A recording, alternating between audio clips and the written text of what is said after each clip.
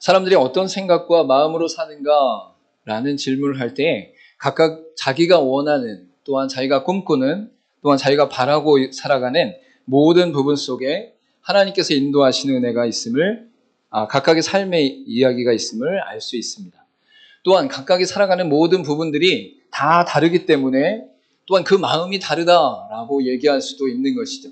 생각이 다르고 마음이 다른 이런 상황들 가운데도 인간이 살아가는 삶의 그 울타리와 형태는 또한 큰 그룹 가운데 비슷하게 존재하는 것을 또한 알 수 있습니다. 그렇기 때문에 우리 가운데 마음이 맞는 경우도 있고 마음이 틀린 경우도 있고 서로 다른 관점 가운데 바라보는 경우도 있는 것을 볼 수 있는 것이죠. 특별히 우리 가운데 서로 마음이 다른 상황으로 나타날 때가 언제냐라고 얘기할 때 우리 안에 경계를 치르는 과정 속에서 그 경기 안에서 서로 상대편의 마음을 읽기가 너무나 힘들다라는 것을 우리가 너무나 잘 알 수 있습니다.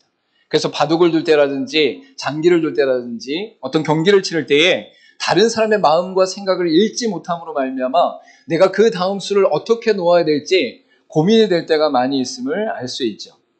또한 축구를 할 때 페널티킥을 차게 되어지면 그 가운데 막는 자와 차는 자가 서로 다른 방향 가운데 어느 방향으로 어느 곳으로 찰지를 모르기 때문에 어느 곳으로 움직여서 막을지도 잘 알지 못하게 되는 것을 알 수 있습니다.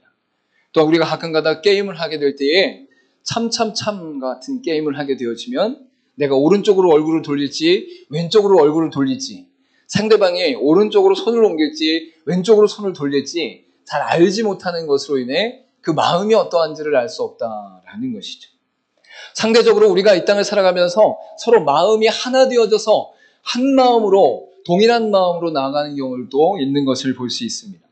우리가 어려운 이웃을 위해서 봉사 모임을 할 때에 어려운 이웃을 위해서 모인 그 사람들은 소외된 자와 가난한 자와 힘든 자들을 위해 그 마음을 같이 하고 한 마음으로 함께 모였기 때문에 어느 정도는 이들 가운데 그 마음이 어떠한지를 우리가 예측할 수 있다라는 것이죠. 물론 봉사를 할 때 순수한 마음으로 오지 않는 경우들도 간혹 있기 때문에 그 모든 것들을 다 받아들일 수 없지만 그들이 그곳에 모였다는 사실은 어려운 이웃을 돕기 위한 마음 가운데 모였다라는 것을 어느 정도 추측을 할 수 있는 것입니다.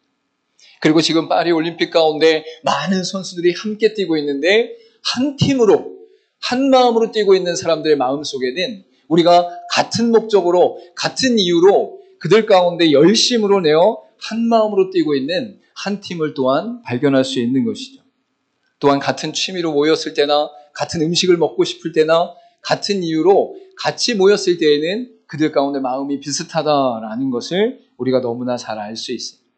여러분, 그런데 이 땅 가운데 살아가면서 사람과 사람 사이에 나누는 마음, 함께하는 생각들은 그 안에서 좋을 때도 있고 나쁠 때도 있고 또한 그것을 굉장히 좋게 평가할 때도 있고 또한 힘들게 받아들일 때도 있는 것을 알 수 있는데 이 모든 생각과 마음들이 하나님 앞에 서게 되어지면 하나님의 뜻과 하나님의 거룩함과 하나님의 완전함 가운데는 거짓되고 부패한 상태 가운데 있는 것이 바로 사람의 마음이다라고 성경은 계속적으로 말씀하고 있어요. 하나님의 존재, 하나님의 거룩함, 하나님의 완전함 앞에서는 모든 인생이 부패함으로 말미암아 죄악됨으로 말미암아 하나님 앞에서 완전한 마음을 드러낼 수가 없다라는 것이죠. 그래서 예레미야 17장 9절부터 10절에는 이렇게 말씀하고 있습니다. 만물보다 거짓되고 심히 부패한 것은 마음이라. 누가 능히 이를 알려오마는 나 여호와는 심장을 살피며 폐부를 시험하고 각각 그의 행위와 그의 행실대로 보응하나니 라고 분명히 말씀하고 있는 것이죠. 여러분, 이 땅 가운데 모든 사람들은 하나님의 존재를 알지 못하기 때문에 그의 완전하신 속성 안에 거할 수가 없게 된 것입니다. 그래서 인간이라는 존재 자체가 이미 하나님 앞에서 그의 거룩함과 완전함과 또한 영원함 앞에서 그의 마음이 부패할 수밖에 없는, 거짓될 수밖에 없는 상태에 처해 있다라고 말씀하고 있는 것이죠. 그래서 모든 사람이 하나님 앞에 심판받을 수밖에 없는 이유는 무엇이냐? 그들 가운데 그 심장과 그 폐부가 하나님 앞에 거짓되고 하나님 앞에 부패하였기 때문에 그들이 심판 안에 거할 수밖에 없는 것을 우리가 너무나 잘 알 수 있는 것이죠.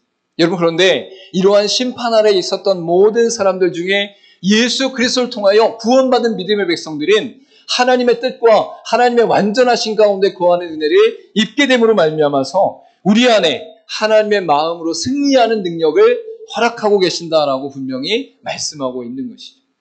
그래서 디모데후서 1장 7절과 8절에는 이렇게 말씀하고 있습니다. 우리 같이 한번 읽어볼까요? 시작.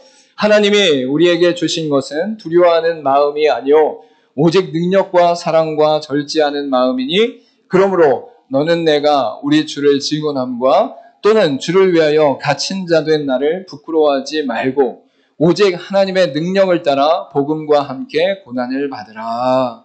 아멘. 여러분 빌립보서도 그렇고 예배소서도 그렇고 사도 바울이 옥중에 갇혀있는 가운데 빌립보 교회와 예배소 교회를 향해 쓴 편지인 것을 알 수 있는 것이죠. 그가 갇혀있는 가운데 감옥에 있는 가운데 그가 권면하며 말할 때에 어떠한 말씀이 나타나게 되어지냐? 두려운 마음이 아니라 오직 능력과 사랑과 절제하는 마음으로 너희가 고난 중에라도 하나님의 일을 감당할 수 있다라고 분명히 말씀하고 있는 것입니다.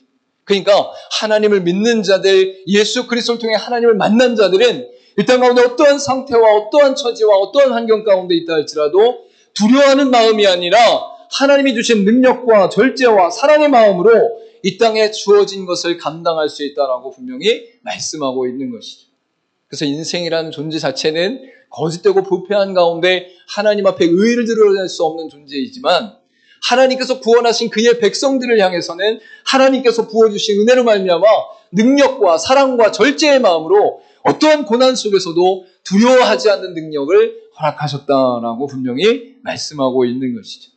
저 여러분 이 땅을 살아가면서 하나님 주신 마음을 붙잡고 살아갈 수 있기를 간절히 소망합니다.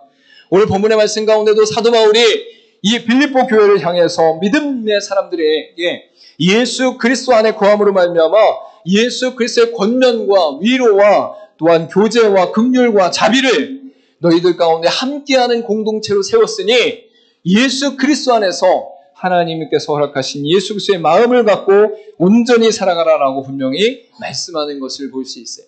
오늘 읽지 않았지만 빌립보서 2장 1절의 말씀 가운데 그러므로 예수 그리스도 안에서 무슨 권면이나 사랑의 무슨 위로나 성령의 무슨 교제나 긍휼이나 자비가 있거든이라고 말씀을 띄우는 것을 볼 수 있는 것이죠.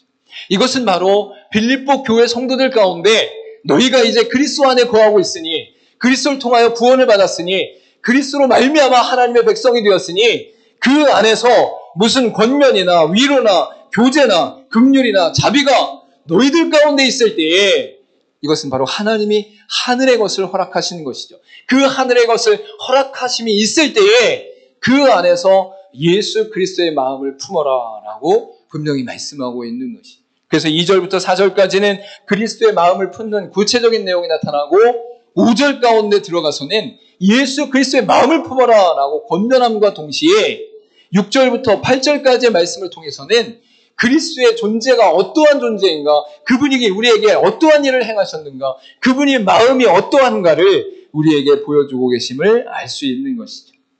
여러분 빌립보서 2장 6절부터 8절 말씀 우리 너무 잘 아는 말씀인데 같이 읽도록 하겠습니다. 시작. 그는 근본 하나님의 본체시나 하나님과 동등됨을 취할 것으로 여기지 아니하시고 오히려 자기를 비워 종의 형체를 가지사 사람들과 같이 되셨고 사람의 모양으로 나타나사 자기를 낮추시고 죽기까지 복종하셨으니 곧 십자가에 죽으심이라. 아멘. 여러분 빌립보 교회 성도들을 향해서 믿음의 공동체를 향해서 너희가 예수의 마음을 품어야 된다. 예수 그리스도 안에 거하고 그 마음 가운데 살아야 된다라고 말씀하시면서 6절부터 8절까지의 말씀을 통해서 무엇을 말씀하고 있어요? 예수 그리스도의 마음을 그가 행하신 일들을 통해 나타나고 있음을 알 수 있어요. 여러분 예수 그리스도는 하나님과 동등된 자였어요. 동등된 분이었어요. 그런데 그분이 그의 동등됨을 내려놓으시고 종의 형체를 입으셨다라고 말씀하고 있죠. 우리와 동일한 존재로 이 땅 가운데 오셔서 모든 질고와 아픔을 다 겪으셨다라고 말씀하시며 마지막으로 끝까지 복종하사 죽기까지 십자가의 죽으심까지 우리를 사랑하셨다라고 분명히 말씀하고 있는 것이죠. 여러분 그리스도께서 하나님 되셨는데 그 하나님이 우리의 몸의 형체를 입으시고 이 땅의 모든 질고와 아픔과 고통을 겪으시고 죽기까지 우리를 사랑하신 이유가 무엇입니까? 우리가 그분의 사랑하는 자이며 아끼는 자이며 존귀한 자이기 때문이다라고 성경은 말씀하고 있는 것이. 여러분, 예수 그리스도의 마음을 품는 것은 그리스도께서 우리를 향해 드러내신 마음이 우리의 인생 가운데, 우리의 영혼 가운데 적용되어짐으로 말미암아 우리가 영원한 죄악과 죽음 가운데 있을 때에도 우리를 놓지 않으시는 그 사랑 안에서, 그 긍휼하심 안에서, 그 아끼심 안에서 우리를 위해서 죽으시기까지 사랑하시는 그 마음을 우리 가운데 품고 살아야 된다라고 말씀하고 있는 것이죠. 여러분, 그래서 사도 바울은 예수 그리스도를 통하여 믿음의 공동체가, 교회 공동체가, 또한 하나님 안에서 예수 그리스도의 사랑을 누리는 공동체가 그리스도의 마음으로 함께해야 된다라고 분명히 말씀하는 것을 볼 수 있습니다. 여러분, 우리가 이 땅을 살아가면서 우리와 관계된 모든 사람들 가운데, 또한 더드림교회의 교회 공동체 가운데, 또한 우리가 관계하는 모든 사람들의 인생 가운데 그리스도의 마음으로 행하는 모든 삶이 나타날 수 있기를 간절히 소망합니다.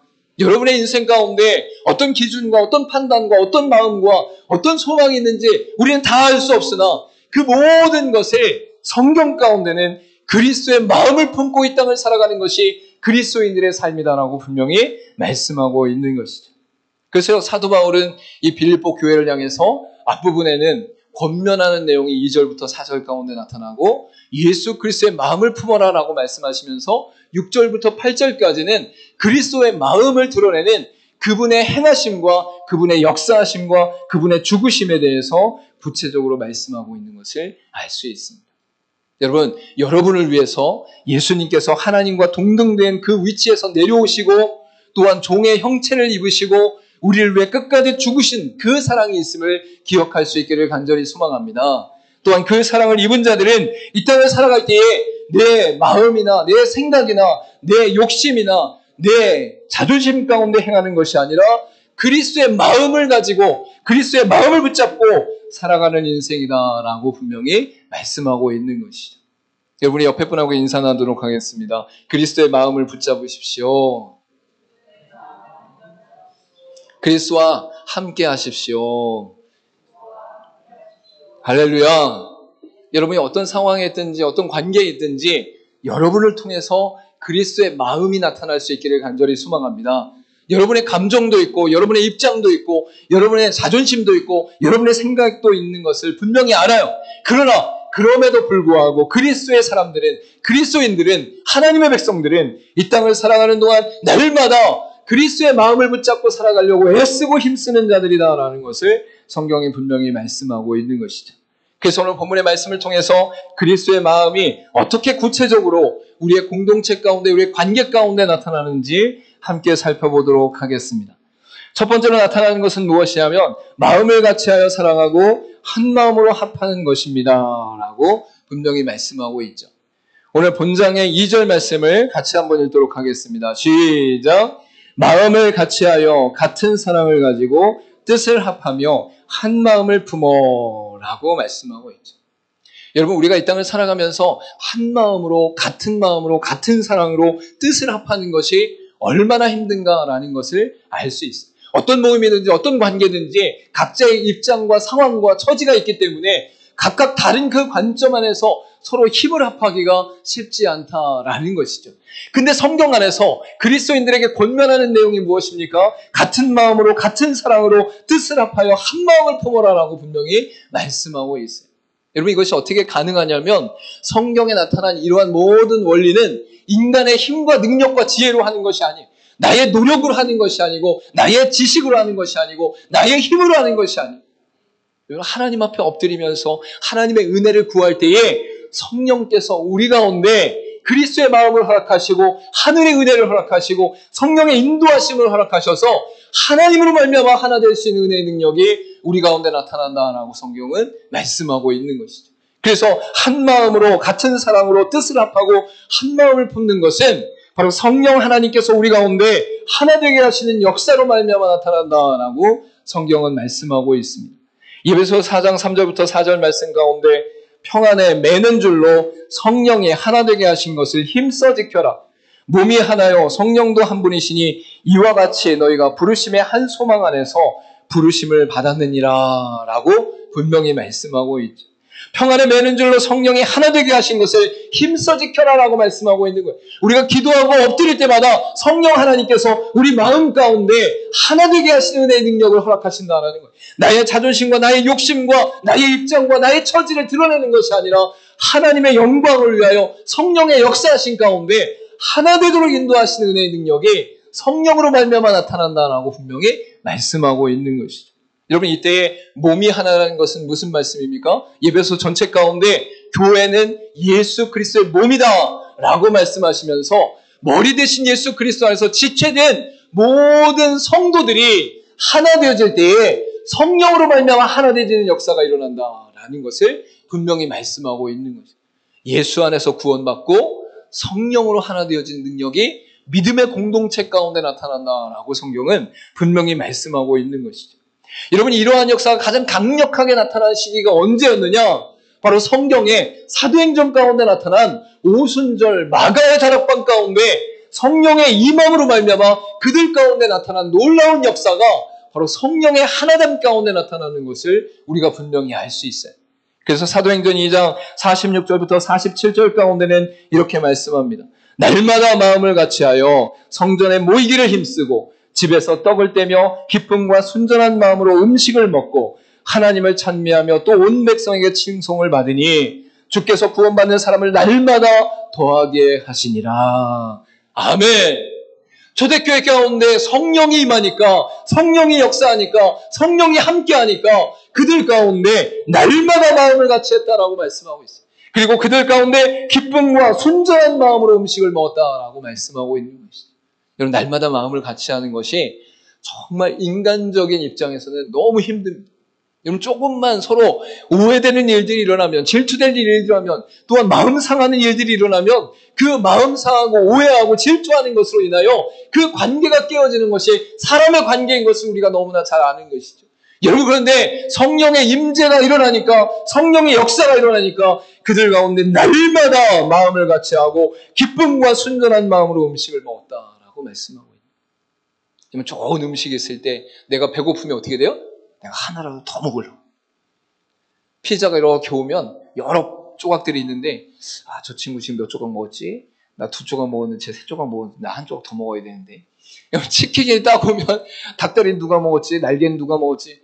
여러분, 우리가 이런 작은 마음 가운데 생각하고 판단할 때도 있지만 더 나아가서 만약에 생각해 보십시오. 이 땅에 돈과 관련된 일들 가운데, 어떤 직위와 관련된 일들 가운데, 어떤 땅과 관련된 일들 가운데, 이 세상에 내가 조금이라도 이익을 취할 수 있는 일들 가운데 우리 욕심이 일어나면 그 관계가 하나 되지 못하는 것을 볼 수 있는 것이죠. 여러분의 초대교회는 어떤 역사가 일어났어요? 자신의 재산을 다 내놓았어요. 자신의 먹을 걸 다 내놨어요. 여러분, 자신이 갖고 있는 걸 다 순전한 마음으로, 기쁜 마음으로 내어놨다는 거예요. 자, 우리 옆에 사람 보고 이렇게 고백해 보시길 바랍니다. 당신을 위해 다 내놓을 수 있습니다. 집문서도 가져가십시오. 네, 그렇게 반문하시는 분도 있어요. 집문서가 없어요. 땅 소유권이 없어요. 여러분, 우리의 인생 가운데 순전하고 기쁜 마음이 어떻게 일어날 수 있습니까? 성령께서 임재하셔서 그리스도의 마음이 우리 가운데 임할 때에 같은 마음으로, 같은 사랑으로 뜻을 합하여 한 마음을 품을 수 있는 은혜의 능력이 나타난다라고 말씀하고 있습니다. 여러분, 믿음의 공동체는 세상의 원리와 가치와 기준에 따라 행동하는 것이 아니라 하나님 나라의 원리대로 살아가는데, 그 하나님 나라의 원리 가운데 가장 우선시되는 것이 무엇입니까? 예수 그리스도의 마음이에요. 그리고 그 예수 그리스도의 마음이 어떻게 나타납니까? 마음을 같이하여 사랑하고 한 마음으로 합하는 역사가 일어난다라고 말씀하고 있는 것이죠. 여러분, 더드림 교회가 이러한 교회가 될 수 있기를 간절히 소망합니다.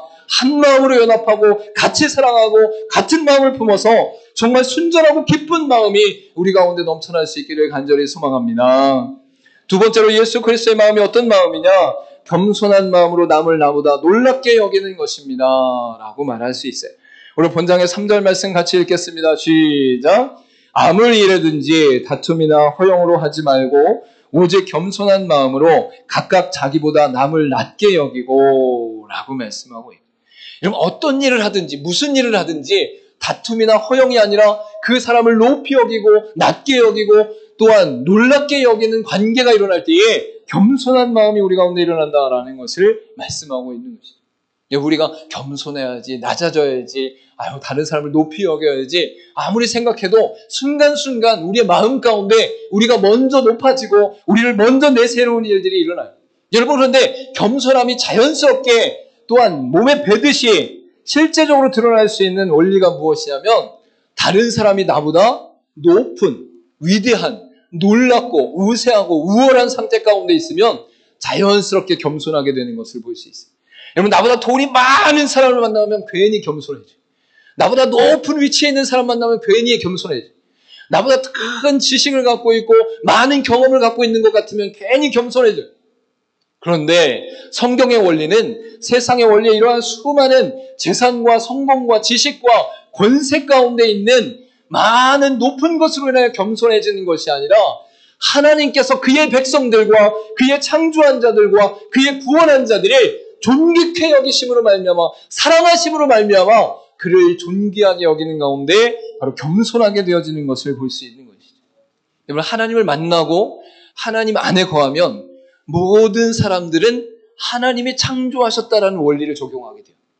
여러분, 그러면 그 하나님이 창조하신 대상들을 바라볼 때에 내가 봤을 때 저 사람은 돈이 없어, 저 사람은 집이 없어, 저 사람 나보다 성격이나 경험이나 지식이 부족해, 이러한 세상의 기준 가운데 판단하고 있는 것이 아니라 그 사람이 하나님의 창조물인 것과 하나님의 구원의 대상인 것을 우선적으로 보기 때문에 하나님의 긍휼하심과 하나님의 사랑이 그에게 적용되는 과정 속에서 그를 존귀케 여기게 되는 것을 볼 수 있는 것이죠. 여러분, 예수님께서 이 땅 가운데 오셔서 공생에 사역하는 모든 여정 속에 이 땅에 있는 하나님의 믿는 백성들과 자기를 따르는 자들을 극히 사랑하셔서 끝까지 사랑하시는 은혜를 베푸시는 것을 볼 수 있죠. 요한복음 13장 1절 말씀 가운데 유월절 전에 예수께서 자기가 세상을 떠나 아버지께로 돌아가실 때가 이른 줄 아시고 세상에 있는 자기 사람들을 사랑하시되 끝까지 사랑하시니라 라고 말씀하고 있어요. 여러분, 예수님을 따르는 자들이 이 세상에 월등한 능력과 권세와 지혜를 갖고 있기 때문에 예수님이 그들을 위해 끝까지 사랑하시며 끝까지 놓지 않으신 것입니까? 여러분, 제자들은 다 도망갔어요. 예수 믿는 자들이 이제 예수가 붙잡히니까 예수를 부인하며 떠나갔어요. 이제 그것을 넘어서 예수를 저주하고 예수를 죄인으로 붙잡으러 가고 예수를 죽이라고까지 외쳤어요. 그런데 그들을 향해 예수님은 끝까지 사랑하시고 끝까지 십자가를 죽으시고 끝까지 피를 흘리셨다라고 말씀하고 있는 거예요. 여러분, 왜 이렇게 행동하셨을까요? 어떻게 그 마음을 품고 어떻게 그러한 행동을 하실 수 있을까요? 여러분, 이것은 그리스도께서 삼위 하나님의 놀라운 은혜 가운데 긍휼하신 가운데 그의 구원할 백성들을 향해 존귀하게 여기시고 사랑하시고 아끼셨기 때문에 가능한 것이다라고 분명히 말씀하고 있는 것이죠. 여러분, 이 땅을 살아가면서 우리의 공동체 안에 믿음의 관계 가운데 우리가 어떻게 겸손할 수 있으며 어떻게 다른 사람을 놀랍게 여길 수가 있습니까? 그와 함께 하시는 하나님으로 말미암아 우리가 그를 놀랍게 여기고 존귀하게 여길 수 있다라고 말씀하고 있는 것이죠. 여러분, 시편 16편 2절부터 3절 가운데는 이렇게 고백합니다.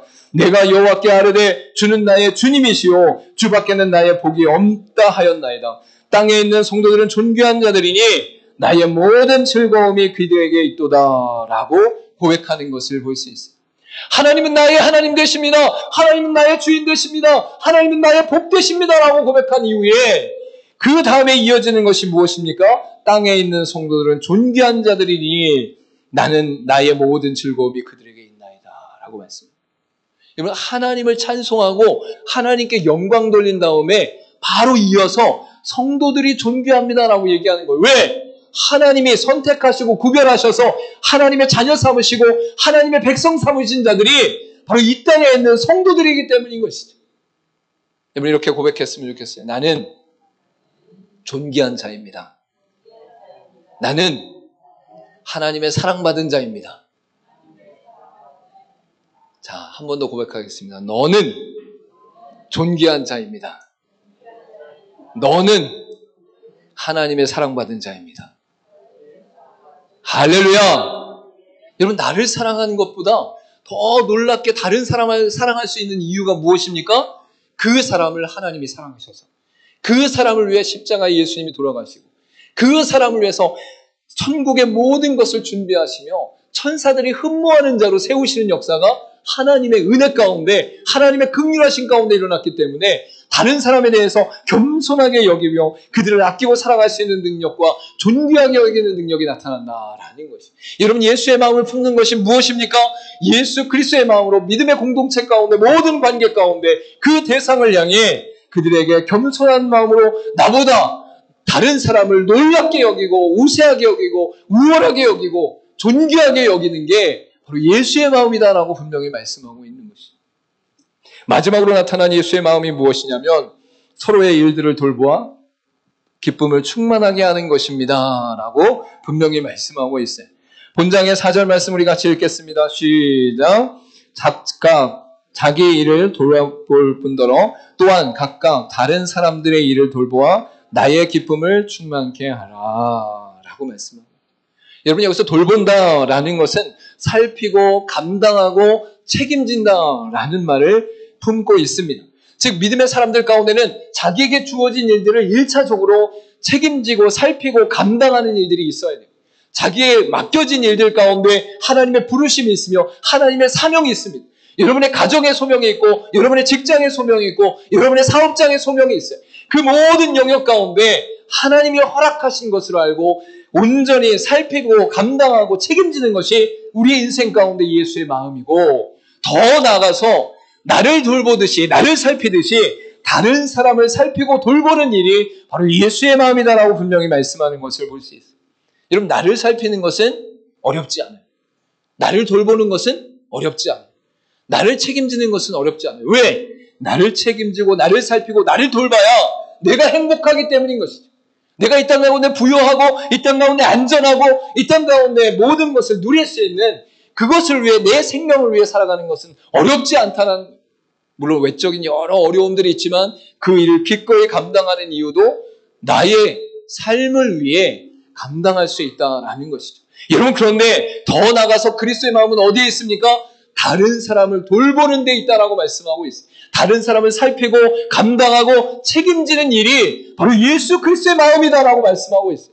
여러분, 여러분의 인생 가운데 관계된 가정과 자녀들과 이웃과 또한 믿음의 공동체인 더드림교회의 성도들과의 관계 속에서 돌보고 살피고 책임지는 일을 예수의 마음으로 감당할 수 있기를 간절히 소망합니다. 이로 말미암아 어떤 역사가 일어납니까? 사도 바울이 기쁨이 충만하다고 말씀하고 있고 빌립보 교회 가운데 기쁨이 충만하다라고 말씀하고 있는 것을 알 수 있는 것이죠. 여러분, 예수님께서도 이 땅 가운데 공생의 사역을 하실 때에 진정한 이웃이 누구냐라고 말씀하시면서 예화를 드는데, 비유를 드는데, 강도 만난 자의 이웃이 누구냐라고 말씀할 때에 제사장과 레위인은 그냥 지나쳤지만 그들 가운데 박해하고 천하게 여기고 개같이 여겼던 사마리아인이 그 강도 만난 자를 끝까지 보살피는 이유이 나타나는 것을 볼 수 있죠. 여러분, 누가복음 10장 33절과 34절에 이렇게 말씀합니다. 어떤 사마리아 사람은 여행하는 중 거기에 이르러 그를 보고 불쌍히 여겨 가까이 가서 기름과 포도주를 그 상처에 붓고 싸매고 자기 짐승에 태워 주막으로 데리고 가서 돌보아 주니라. 아멘. 여러분, 사마리아 사람과 관련된 사람이에요? 관련되지 않은 사람이에요? 사마리아 사람의 친척이에요? 가족이에요? 자녀예요? 이웃이에요? 친구예요? 아니에요. 아니에요. 그냥 길에서 만난 자예요. 그가 강도를 만나므로 온몸이 상해 있는 상태 가운데 모든 것을 뺏겨 있는 상태 가운데 돌보아 주었다라고 말씀하고 있어요. 그리고 나서 그 뒤에 36절과 37절에 예수님이 뭐라고 말씀합니까? 내 생각에는 이 세 사람 중에 누가 강도 만난 자의 이웃이 되겠느냐? 이르되 자비를 베푼 자니이다. 예수께서 이르시되 가서 너도 이와 같이 하라 하시니라. 아멘. 여러분, 여러분의 인생 가운데 자신을 살피듯이, 자신을 돌보듯이, 자신을 책임지듯이 다른 사람을 향해 돌보고 살피고 감당하고 책임지는 관계가 믿음의 공동체의 관계다라고 말씀하고 있는 것입니다. 여러분, 이러한 관계가 저와 여러분의 관계 되기를 간절히 소망합니다. 목회자로서 여러분에게 외적인 부분들을 줄 수는 없어요. 외적인 부분 가운데 해결할 수 있는 부분은 많지 않아요. 그런데 여러분, 제가 감당할 수 있는 영역 가운데 새벽마다 여러분을 위해서 기도하고 있어요. 여러분의 인생과 여러분의 삶과 여러분의 기도 제목과 여러분의 간절한 소망을 놓고 기도하고 있어요. 여러분, 여러분이 여러분의 관계 가운데 믿음의 공동체의 관계 가운데 서로가 책임지고 기도하며 살피고 돌볼 수 있는 관계가 될 수 있기를 간절히 소망합니다. 여러분, 우리가 이 땅을 살아가면서 이러한 일을 감당하는 일들 가운데 사도 바울이 이러한 고백을 하는 것을 볼 수 있죠. 사도행전 20장 28절 가운데 여러분은 자기를 위하여 또는 온 양떼를 위하여 삼가라. 성령의 그들 가운데 여러분을 감독자로 삼고 하나님이 자기 피로 사신 교회를 보살피게 하셨느니라 라고 분명히 말씀하고 있는 거예요. 사도 바울이 붙잡힌 가운데 사도 바울이 어쩔 수 없는 상황 속에서도 그의 관계된 교회들을 향해 지도자들을 향해 제발 부탁이니 온 양떼를 위하여 삼가십시오. 돌보십시오. 살피십시오. 책임지며 감당하십시오라고 말씀하고 있는 것이죠. 그리고 더 나아가서 피로 사신 교회를 보살피게 하셨다라고 강조하고 있는 것을 볼 수 있습니다. 여러분은 하나님이 피로 사신 생명입니다. 할렐루야. 여러분, 이 교회는 하나님이 피로 사신 교회입니다. 이 땅 가운데 하나님이 가장 존귀하게 아름답게 귀하게 또한 소중하게 여기시는 공동체가 어느 공동체냐? 믿음의 공동체고 그 믿음의 공동체는 바로 교회다라고 말씀하고 있는 거예요. 여러분, 교회 안에 예수 그리스도의 마음을 품지 못하면 이 예수 그리스도의 마음이 세상 가운데 흘러갈 수가 없습니다. 우리가 이 땅을 살아가면서 예수 그리스도의 마음을 품지 않으면 하나님의 영광이, 하나님의 은혜가 세상 가운데 흘러갈 수가 없습니다. 저 여러분이 이 땅을 살아가면서 예수 그리스도의 마음을 품고 온 양떼를 위하여 삼가는 역사가, 살피는 역사가 일어날 수 있기를 간절히 소망합니다. 여러분 어떤 마음으로 이 땅을 살아가십니까? 어떤 마음을 품고 이 땅을 살아가십니까? 각각의 인생 가운데 소망하는 것과 바라는 것과 꿈꾸는 것이 다 다르기 때문에 각 마음이 틀릴 수 있어요. 그런데 여러분, 믿음의 사람들은 잊지 말아야 될 것이 있는데 바로 예수 그리스도의 마음을 품고 살아야 된다라고 분명히 말씀하고 있는 거예요. 예수 그리스도의 영광됨을 취하지 아니하시고 종의 형체를 입으시고 또한 죽기까지 십자가의 죽으심까지 우리를 사랑하시는 그 은혜 가운데 우리를 향해 마음을 품으신 것처럼 우리도 이 땅을 살아가면서 믿음의 공동체 안에서 이 땅에 관계된 사람들을 향해서 예수의 마음을 품고 살아갈 수 있는 저 여러분의 인생 되기를 간절히 소망합니다. 우리 마지막으로 고백하고 기도하고 마치도록 하겠습니다. 첫 번째 같이 읽겠습니다. 시작. 같이 하여 사랑하고 한 마음으로 합하는 것입니다. 두 번째, 겸손한 마음으로 남을 나보다 놀랍게 여기는 것입니다. 세 번째, 서로의 일들을 돌보아 기쁨을 충만하게 하는 것입니다. 아멘. 여러분의 인생 가운데 예수의 마음을 품고 예수 그리스도 안에서 날마다 승리하며 기뻐하는 저와 여러분의 삶이 되기를 간절히 소망합니다. 기도하겠습니다.